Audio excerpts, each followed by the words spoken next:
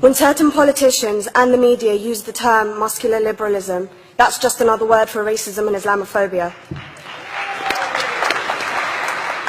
This stance on Islam has led them into primary schools to ascertain why young girls wear the hijab, as it could be interpreted as a sexualization of these young girls.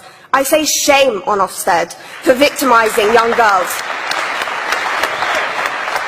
for choosing to wear religious articles of clothing. There is no such measure made for other religions or other articles of religious wear. This stance has other ramifications.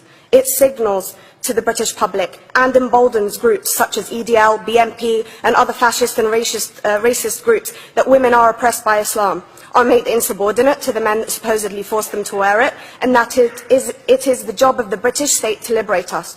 We reject this imperialistic saviour thinking.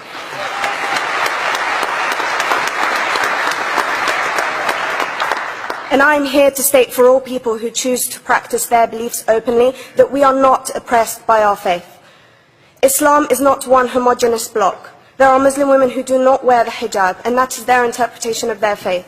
The Quran beautifully states, "La ikraha fid din," which translates to, "There is no compulsion in religion." My faith has given me the right to choose 1,400 years before the Universal Declaration of Human Rights told me I could. A fun fact for you, conference. My dad didn't want me to wear the hijab.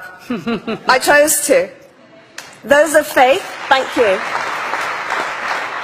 Those of faith should have the right to choose to wear their articles of faith. Sikhs wearing the turban, Jews wearing the kippah, or Christians wearing the crucifix. Practicing my right to freedom of expression through the hijab empowers me and other women like me to know that we are able to make decisions for ourselves. Through the hijab, women like me feel empowered to overcome the social expectations of sexualization that is relevant and has currently resulted in many cases of anxiety and worse. I can speak for myself and others like me. At school, I was able to focus more on the thoughts that were running through my mind than how good I looked to the world.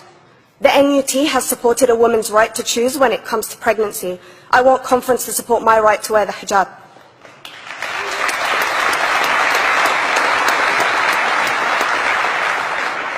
How I choose to practice my faith is clearly displayed for all to see. This makes me the target of hate crime. The level of racist attacks on Muslim women is disproportionate to any other oppressed group in British society because we are an easy target. This decision by Ofsted has ramifications beyond the school gates and must be seen in the context of increased attacks on the Muslim community and perpetuates the outdated notion that Muslim women are victims. I was on a trip last year to Hampton Court with my Year 7s, where a man felt comfortable to call me a terrorist. As a Muslim woman, I'm not a victim, so I challenged him. He denied it.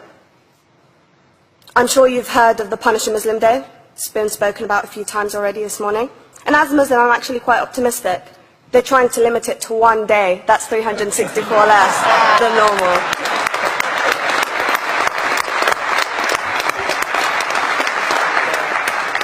But let's be clear, conference.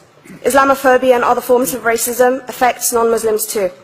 If we don't challenge this stance as a collective, we may turn into a society like France, where women are forced by the law to choose between their faith and their education, their faith and their right to work in the public sector, their faith and their right to enjoy a day out by the seaside with their families.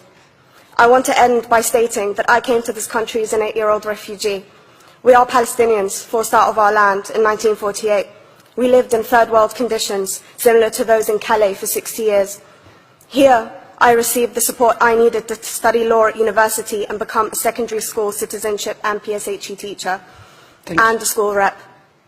An injury to one is an injury to all, and I want to thank the Union for its stance on all oppressed groups, in particular mine, Palestine.